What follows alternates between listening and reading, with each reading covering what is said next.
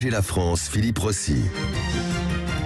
19h27 sur Sud Radio, bienvenue, les vraies voix de la politique ce soir jusqu'à 20h avec Nicolas Corato qui est avec nous, fondateur du comité de réflexion Place de la République et le livre de Nicolas, Grande plaidoirie, grand procès, l'art de l'éloquence depuis le 15e siècle, c'est aux éditions Heredium. Bonsoir mon cher Nicolas Corato. Bonsoir Philippe, bonsoir. Bonsoir à vous, un autre Nicolas, tiens, Nicolas Orsoy qui est avec nous, politologue, docteur en sciences économiques, bonsoir. Bonsoir. Bonsoir Nicolas Orsoy, on rentre tout de suite dans le vif du sujet. Emmanuel Macron qui a donc confirmé samedi Elisabeth Borne comme première ministre. Alors ces derniers jours, il y avait eu beaucoup de spéculations autour de son sort finalement. Elle reste.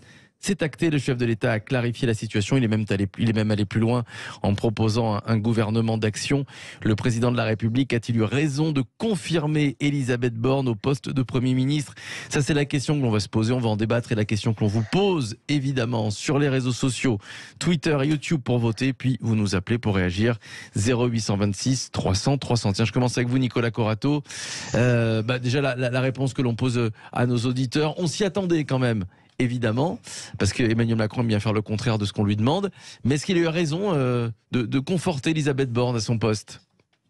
Moi, je ne fais pas de jugement moral. Ouais. Je note simplement que Elisabeth Borne a été nommée par le président de la République avant les législatives, après le second tour de la présidentielle, par un président qui pensait remporter les législatives. Elle a été élue pour porter le projet présidentiel du second quinquennat. Nommée, excuse-moi. Ouais. Or, les législatives ont été non pas gagnées, elles n'ont pas été non plus perdues, mais manifestement, le compte n'y est pas en termes de majorité présidentielle. Donc, normalement, la logique institutionnelle voudrait que le président de la République change de Premier ministre pour pouvoir réaliser sa fameuse coalition. C'est comme ça que ça se passe dans les autres pays d'ailleurs, hein. Il s'agit de changer de Premier ministre. Deuxièmement, mais pourquoi pour le symbole, Nicolas Corato, non, finalement pour tenir compte du résultat des législatives. D'accord, alors il aurait dû Elisabeth Borne correspond à un choix politique qui correspond au résultat du second tour de la présidentielle. Mais ce n'est plus le choix politique qui correspond au second tour de la législative. Deuxièmement, dans nos institutions, mais je suis de l'ancien monde, pardonnez-moi, oui. Je vais faire une petite minute d'anachronisme. Dans notre constitution, le chef de la majorité, c'est le Premier ministre. C'est le Premier ministre qui conduit les équipes en campagne. C'est le Premier ministre, normalement, qui conduit la campagne législative. Elisabeth Borne, je ne sais pas si elle a conduit la campagne des législatives, en tout cas, elle ne l'a pas gagnée à la hauteur des espérances du président de la République. Manifestement, c'est pas le résultat qui était attendu de l'aveu même des gens qui composent la majorité relative, très relative, qui est la majorité présidentielle aujourd'hui. Donc là aussi, normalement, la logique de nos institutions voudrait que il y ait un changement de Premier ministre. Emmanuel Macron choisit de la conserver. Il y a plusieurs raisons. D'abord parce que il a des problèmes d'équilibre et que il n'y a pas tant de choix que ça par rapport à son équipe. Et puis surtout, il y a une deuxième raison de fond, c'est qu'il nous l'a redit plusieurs fois. Et là-dessus, il est très cohérent et très honnête. Il ne changera pas son projet présidentiel. Donc d'une certaine manière, confirmer Elisabeth Borne, c'est enjamber le résultat des législatives pour ne garder dans son logiciel politique que le résultat du second tour de la présidentielle. Ouais. Nicolas Orsoy, vous êtes d'accord avec l'analyse et l'avis de Nicolas Corato? Je suis pas tant en désaccord que ça. Pourquoi? Parce que si on prend le point commun... Donc vous aussi vous êtes de l'ancien monde? Un peu. De par mon âge peut-être, oui. Mais si on prend le point commun entre Elisabeth Borne, Jean Castex et Édouard Philippe, ce ne sont pas des chefs de parti. Ce sont des personnalités, mais ce ne sont pas des chefs de parti. Alors que historiquement, on avait tendance à nommer le chef de l'opposition ou le chef d'un parti Premier ministre. Bon, donc là, il y a quand même quelque chose d'assez intéressant. Et c'est vrai que le président actuel, il est assez à gauche sur les questions sociétales et assez à droite sur les questions économiques. Donc, y a-t-il un Premier ministre qui correspond? Réponse non. C'est-à-dire qu'il n'y a pas un Premier ministre aujourd'hui qui correspond exactement à cette idée de à gauche sur les questions sociétales et à droite. Bah oui, c'est vrai qu'il aurait dû prendre comme Premier ministre, par exemple. On aurait pu imaginer le maire, mais le problème c'est que le maire, sur les questions sociétales, il est pas tellement à gauche. Donc, on est dans une impasse. Donc effectivement, le président est contraint finalement de choisir un Premier ministre, j'allais dire, qui n'est pas un leader politique, qui n'est pas un chef de parti, mais qui est quelqu'un, j'allais dire, de relativement, je veux pas dire manipulable, parce que le mot n'est pas juste, mais quelqu'un d'assez effacé finalement, et qui est capable de mener la politique que souhaite le président de la République. Malléable, voilà, ça veut pas dire imbécile, hein, attention, mais simplement quelqu'un qui fera ce qu'on lui demande de faire. Voilà, et d'ailleurs ça correspond très bien à ce régime hyper présidentiel. Voilà. Bon, donc à partir de là, si vous voulez, oui, Elisabeth Borne, oui, Mais le problème n'est pas de savoir si c'est Borne ou quelqu'un d'autre. Le problème, c'est qu'est-ce que le président Macron va faire de ce deuxième quinquennat. C'est ça la vraie question. Ouais, bien dans le micro, Nicolas. Et les Français attendent des réponses sur plein de sujets. Hein. Oui. Alors, Nicolas Corato, par exemple, tiens, si on part dans la logique de Nicolas Orsois, s'il avait changé de Premier ministre, donc, et accepté la démission d'Elisabeth Borne, qui l'aurait pu nommer comme Premier ministre, si on part dans cette logique, Nicolas Corato, qui on aurait pu imaginer, par exemple? Vous, président de la République, qui auriez-vous nommé? Bien sûr. Oui. Vous ne ferez pas rentrer dans ce schéma-là. Je suis bien à l'aise en tant que commentateur. Vous savez, c'est beaucoup plus facile de commenter que de faire en live. Et je tiens à ce luxe-là et à ce confort-là. Non, je pense que la question, elle est difficile parce que c'est quoi le drame qui risque de se jouer pendant les 5 ans qui viennent? C'est que nous avons pour la première fois dans la Ve République un président réélu sans cohabitation qui va avoir constamment à l'esprit l'idée que tous les autres se positionnent par rapport à sa succession en 2027. Donc, à partir de là, quand vous regardez qui je peux nommer comme président de la République, si vous voulez que je parle à la première personne du sujet, qui, moi, président de la République, je peux nommer, sachant que je ne serai pas rééligible en 2027, pas nécessairement pas, des gens qui seraient susceptibles de se présenter en 2027. Si je veux conserver un peu de mon pouvoir, de mon efficacité, et aussi, pour être tout à fait honnête, de ma capacité à agir dans l'intérêt général et pas uniquement dans des intérêts électoralistes. Et de ne pas me faire dépasser par une personnalité politique qui aurait plus d'ambition pour elle que pour le pays. Et c'est bien un sujet de fond, un sujet institutionnel d'ailleurs, qui s'ouvre avec cette nouvelle phase où plus rien n'est comme avant, avec cette Assemblée nationale. C'est que on voit bien que c'est le moment où il faudrait une figure très très politique pour régler l'impasse dans laquelle on est, pour trouver un chemin de consensus, un chemin de compromis, et que la logique de nos institutions qui fait que ce président de la République, pour la première fois, ne sera pas rééligible, parce que ça aussi c'est nouveau. C'est le premier pour lequel ça posera la règle des 2 mandats. Et ce président de la République qui ne sera pas rééligible ne pourra pas, quel qu'il soit, c'est pas l'affaire d'Emmanuel Macron, ne peut pas se résoudre à nommer une personnalité politique de poids, parce que à l'instant où il fait ça, son quinquennat s'arrête et c'est la campagne électorale de 2027 qui commence.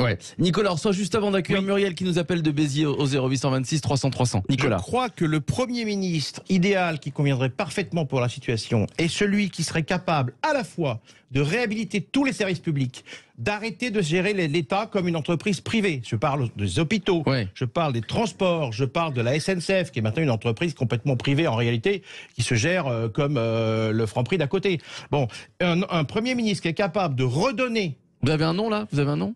Non. Ah bon, d'accord, je pensais que vous alliez me donner un nom. Je pensais que vous alliez me donner un nom, c'est pour ça. On redonne de la vie aux hôpitaux, on réhabilite les hôpitaux, la police, la justice, etc. J'allais dire une politique de gauche sur ces questions-là. Mais en fait, à droite, on a fait ça il y a 40 ans et ça marchait très bien.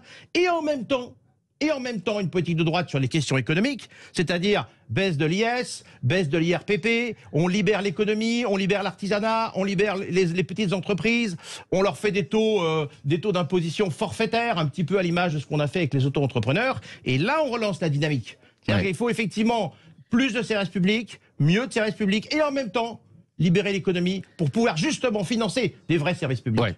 La tâche paraît difficile. Muriel, nous appelle de Béziers. Bonsoir Muriel. Bonsoir messieurs. Bonsoir à vous ma chère Muriel. Je suis espantée, espantée dans le sud, ça veut dire surprise et agréablement surprise par l'analyse de monsieur Corato. Alors là, franchement, il a résumé la chose. À l'instant, là, c'était Nicolas Orsois. À l'instant, c'était Nicolas Orsois. On peut confondre, il y a deux Nicolas. Le premier, et je dis bien Monsieur Corato. Ah d'accord, Nicolas Corato. D'accord, pour l'instant que j'ai droit à un compliment. Oui, excusez-moi. D'abord, ça m'espante d'avoir un compliment à l'antenne et je tiens à en profiter. Merci, madame. J'étais vraiment sur la ligne de Monsieur Corato. Alors déjà. Pour moi, il s'est piégé tout seul dès le départ parce qu'il voulait une femme. Voilà. Oui, c'est vrai.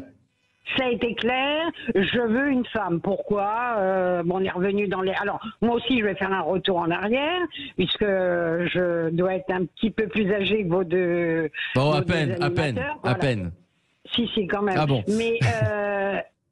voilà, comme Édith Cresson, il voulait une femme, comme Mitterrand, etc. Très bien.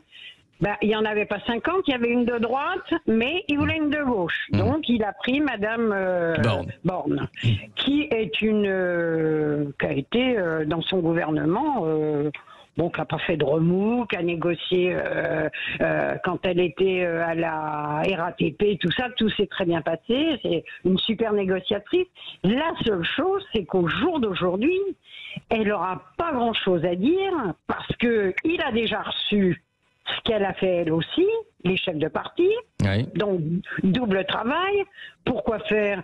S'il l'a fait lui... Pourquoi elle refait elle? Pour qu'ils se remettent d'accord tous les deux. Alors on prend celui-là, on prend pas celui-là, etc. Mais là, moi je vais vous dire, on va vers une catastrophe, une dissolution dans un an, et puis les deux autres partis, là, le Front National et les NUPES, la NUP, Ouais, la NUP, c'est vraiment, ils vont leur mettre d'abord, ils commencent la première des choses. Quand elle va prendre la parole la semaine prochaine, il faut qu'elle demande un vote de confiance. Voilà. Déjà, ils la mettent à l'aise, comme ça te met l'ambiance, et puis... voilà. Alors, elle doit justement, c'est Emmanuel Macron qui l'a chargé évidemment de former un gouvernement d'action. Il se pourrait... Alors, on a entendu qu'Yannick Jadot pourrait rentrer au gouvernement, tout comme Fabien Roussel. Tiens, Nicolas Corato, sur la probable entrée au gouvernement de Roussel et Jadot, ça donnerait un signal, et puis surtout, ça diviserait la nouvelle gauche unie, Nicolas Corato. Enfin... Personne ne s'étonnerait de voir M. Jadot, M. Roussel rejoindre, aller chercher un poste de ministre dans n'importe quel gouvernement, quel qu'il soit, et oublier leur ligne politique. Je signifie simplement que M. Roussel a signifié ce matin qu'il rentrerait bien dans un gouvernement du national, mais il ne faudrait pas la retraite à 65 ans, il faudrait revenir sur la suppression de l'ISF. Je pense que ça fait beaucoup de conditions qui ne seront pas réunies. Mais au-delà de ça, imaginons que ça arrive. Et Yannick Jadot, on sait très bien depuis longtemps, a des accointances idéologiques avec le président de la République. Mais imaginons que même ces personnalités osent franchir ce Rubicon.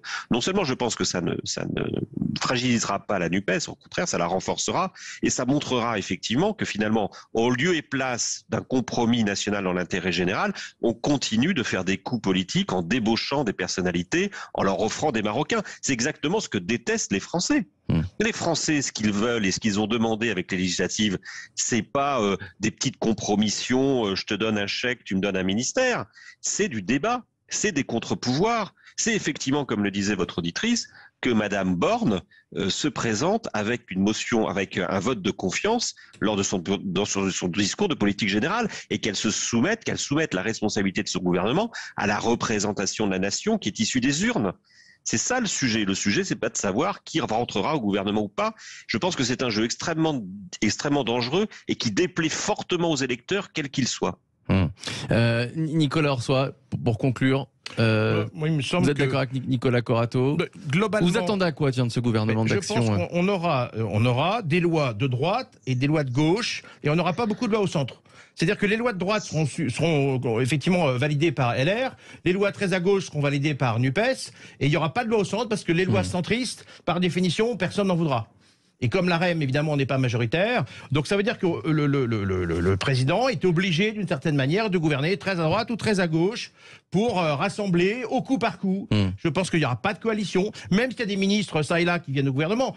On sait très bien qu'il faut quand même très relativiser le pouvoir des ministres. Donc effectivement, il y aura des lois très à droite, des lois ou très à gauche, et puis c'est le en même temps dans la pratique. Voilà. Ouais. Et ça va marcher, d'ailleurs. Ça ne veut pas dire que ça ne marchera pas. En quelques mots, d'accord avec Muriel de Béziers qui prévoit, c'est ça Muriel, dans un an, une dissolution de l'Assemblée nationale. Une dissolution.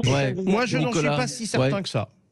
Parce que si il y a une dissolution, il n'est pas dit du tout que le président Macron obtiendra une majorité. Peut-être même sera encore... C'est dans un an, c'est pas ce qui peut se passer. Oui, mais ça sera peut-être même pire. Donc moi, je pense qu'on va gouverner comme ça, un coup à droite, un coup à gauche. Pendant 5 ans. Nicolas Corato. Tout est possible, surtout et peut-être avant tout un conflit entre deux pouvoirs, ce qu'on n'a jamais vu en France, entre le pouvoir exécutif et le pouvoir législatif. De voir peut-être cette République, ce régime républicain présidentialisé et parlementaire se rééquilibrer du côté parlementaire. Donc rien n'est exclu, ni la dissolution, ni même à un moment que ce soit l'exécutif qui flanche. Je pense qu'on va assister malheureusement à un choc institutionnel qui peut aussi donner du bon. Il n'y a pas que du mauvais là-dedans, dans le débat et dans le rapport de force. Mais dans ce rapport de force, les risques institutionnels sont partagés, sont les mêmes pour l'exécutif comme pour le législatif. Ouais. Allez, on va se retrouver dans quelques minutes. Merci. Tiens, Muriel, vous restez avec nous. Muriel de Béziers, vous restez avec nous. On a encore d'autres choses, d'autres questions à vous poser, Muriel. On aimerait avoir votre avis, notamment la France Insoumise et le Rassemblement National. Est-ce qu'ils sont des partis de gouvernement? Alors, selon le chef de l'État, la réponse est non. Mais vous, vous, comme Muriel, qui aimez donner votre avis sur Sud Radio, vous votez sur les réseaux sociaux et vous nous appelez au 0826 300 300 pour en débattre avec Nicolas Orsoy et Nicolas Corato ce soir. À tout de suite. Sud Radio, les vraies voix qui font bouger la France, Philippe Rossi. Retour des vraies voix de la politique sur Sud Radio avec Nicolas Corato, fondateur du comité de réflexion Place de la République. Nicolas Orsoy, politologue, docteur en sciences économiques. Emmanuel Macron ne travaillera ni avec la France Insoumise, ni avec le Rassemblement National. Voilà exactement ce qu'a déclaré le chef de l'État. Les Français ont accordé une légitimité aux députés LFI et RN et ces partis ont une formation politique. Je ne confonds pas les extrêmes, mais par leur expression, leur positionnement, et j'ai toujours été clair sur ce sujet, ces formations ne s'inscrivent pas comme des partis de gouvernement. Êtes-vous d'accord avec Emmanuel Macron? LFI et RN sont-ils des partis de gouvernement? Vous votez sur les réseaux sociaux et puis vous nous appelez au 0826 300 300 pour réagir. Tiens, j'aimerais commencer par vous, Muriel, qui nous appelait de Béziers. Ma chère Muriel, qu'est-ce que vous en pensez? Est-ce que vous êtes d'accord avec le chef de l'État quand il dit que ni le Rassemblement National, ni la France Insoumise ne sont des partis de gouvernement? Pour moi non, mais je ne suis pas forcément d'accord avec le chef de l'État, mais non, ce sont des gens qui sont trop extrémistes d'un côté comme de l'autre. Moi je suis dans une ville où, Béziers, vous connaissez Robert Ménard. Bien sûr, qui serait pas contre un poste hier de soir, ministre. Je l'ai écouté sur LCI, j'avais la boîte à mouchoirs. Ouais. Mais, pour l'intérêt national, il dirait oui. Ah oui, il est prêt à n'importe quoi. Il a les dents qui rayent le parquet, là. Il fait les 100 pas devant l'Élysée. Vous mettez le Rassemblement National et la France Insoumise dans le même panier, Muriel? Ce sont deux extrêmes. Et moi, je suis contre les extrêmes. Vous voyez, je suis plus centre droit et vers la droite que vraiment avec ces gens-là, quoi. Quand j'entends Garrido, quand j'entends Clémentine Autain, mais en interview, c'est lamentable, c'est odieux, c'est vraiment et puis là vraiment ça serait non, ça serait une... Bon, alors on va demander à Nicolas Corato, est-ce que vous êtes d'accord avec Muriel? Nicolas Corato, ce sont deux extrêmes, la France Insoumise et le Rassemblement National. En tout cas, est-ce que la France Insoumise vous le considérez comme un extrême, Nicolas Corato? Alors, je veux pas perdre ma seule fan sur l'antenne. Oui. Mais non, d'abord, c'est très étonnant que c'est pas un président de la République de décider et de désigner qui sont les partis de gouvernement et qui sont ceux qui ne sont pas de gouvernement. Cette capacité-là, elle revient au peuple et aux électeurs et à eux seuls. Et François Sureau, hier, dans ses politiques, chez vos confrères, disait une chose très intéressante. Il disait, mais c'est très intéressant parce qu'on a l'impression qu'en France, il y a un petit groupe qui a décidé que il était seul en capacité de gouverner, que tous les autres ne réagissaient que par la passion et n'avaient pas la capacité de gouverner. Le jour où les électeurs donneront une majorité à l'un ou l'autre de ces groupes, ils deviendront des partis de gouvernement. J'ajoute d'ailleurs que Jean-Luc Mélenchon a été ministre. Et que donc il a une expérience de gouvernement, même si on veut ensuite l'affubler de tel ou tel titre. Ensuite, il y a une vraie différence entre ces deux formations. Moi, je ne fais pas je fais bien la distinction entre le Rassemblement National, qui pour moi est un parti d'extrême droite et un parti anti-républicain, là-dessus on pourrait en parler pendant des heures, et la France Insoumise, qui est un parti de gauche radical, un parti de gauche alternatif, oui, qui présente un projet alternatif, mais qui est toujours resté, à mon sens, dans les limites de la République, et ça n'est pas... Quand il dit Jean-Luc Mélenchon que la police tue, par exemple, et qu'il le répète à plusieurs reprises. Oui, et Henri Leclerc, qui est un avocat qui n'est pas non plus un islamo-gauchiste, poursuit en disant oui, la police tue, c'est un fait. La police tue, c'est un fait. En France, la police tue. La question, c'est de savoir est-ce qu'elle a le droit de le faire. Et dans quel cadre elle le fait? Est-ce que c'est un cadre légal et républicain? Mais oui, aujourd'hui, c'est un fait, la police tue. Et c'est bien un drame. C'est un drame d'ailleurs d'abord pour les policiers qui sont impliqués dans ces affaires-là. Et ensuite pour nous qui devons effectivement, collectivement, avec la justice, voir si ces actions de défense des policiers ont été menées dans le cadre légal. Mais il faut là-dessus, je pense, être tout à fait équilibré et savoir reconnaître les choses. Mais c'est pas parce que Jean-Luc Mélenchon dit ça qu'il sort du cadre de la République. Quand vous avez Marine Le Pen qui vous explique qu'il faut que l'état de droit nous empêche de mener des politiques et qu'il faut sortir de l'état de droit, par exemple la Cour européenne des droits de l'homme, pour pouvoir mener à bien ces actions répressives contre l'immigration, elle sort du cadre républicain. Et c'est bien plus grave que de dire la police tue. Nicolas Orsoy. Alors, la notion de parti de gouvernement fait appel à deux notions relativement d'ailleurs anciennes. On avait d'abord les partis qui ne voulaient pas gouverner.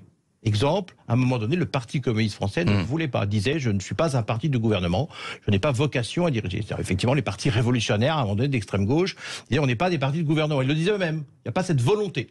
Et moi, j'ajoute évidemment la deuxième définition, c'est des partis qui ne peuvent pas gouverner sans être finalement autre chose que des partis révolutionnaires. Des révolutionnaires de droite ou de gauche.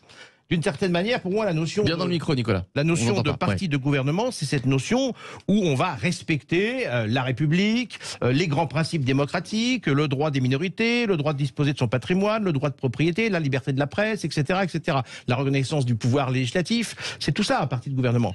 À partir du moment où on entre dans une notion de dictature, par exemple, la dictature verte, qui consiste à dire vous avez une voiture, vous êtes un dangereux dingue et on va vous la confisquer, ou vous avez une maison qui est mal isolée, on va vous empêcher de la louer, parce que c'est déjà de la notion, pour moi on n'est presque plus dans la notion de gouvernement, on est dans l'autoritarisme excessif si vous voulez, qui est une déviance manifeste, qu'elle vienne de droite ou qu'elle vienne de gauche. Donc cette notion de parti de gouvernement pour moi, c'est cette notion de ne pas dresser les Français les uns contre les autres, c'est d'accepter la diversité telle qu'elle est et d'essayer de mener une politique relativement consensuelle. Quand par exemple on parle de LFI, il y a en gros le programme de LFI, c'est quoi? C'est réhabiliter les services publics. Et ben ça, très bien. Seulement, comment on finance ça chez LFI? Par une augmentation monumentale des impôts. À partir de là, on n'est plus dans la notion de parti de gouvernement, de consensus. Parce que quand on va augmenter les impôts, multiplier les impôts par 2, je suis désolé, mais là, on n'est plus dans cette logique consensuelle, on est dans le fait de dresser les Français les uns contre les autres. Donc vous voyez... Et mon cher Nicolas Corato. Mon cher Nicolas, gouverner, c'est-à-dire faire de la politique, c'est faire des choix. Certes, c'est mais... présenter des arbitrages, oui. C'est présenter des clivages. Oui. Excusez-moi, mais je veux bien que gouverner ce soit le compromis ou le consensus, mais à ce moment-là, on fait plus de politique, on fait plus de choix sociaux. Vous parlez de la dictature verte.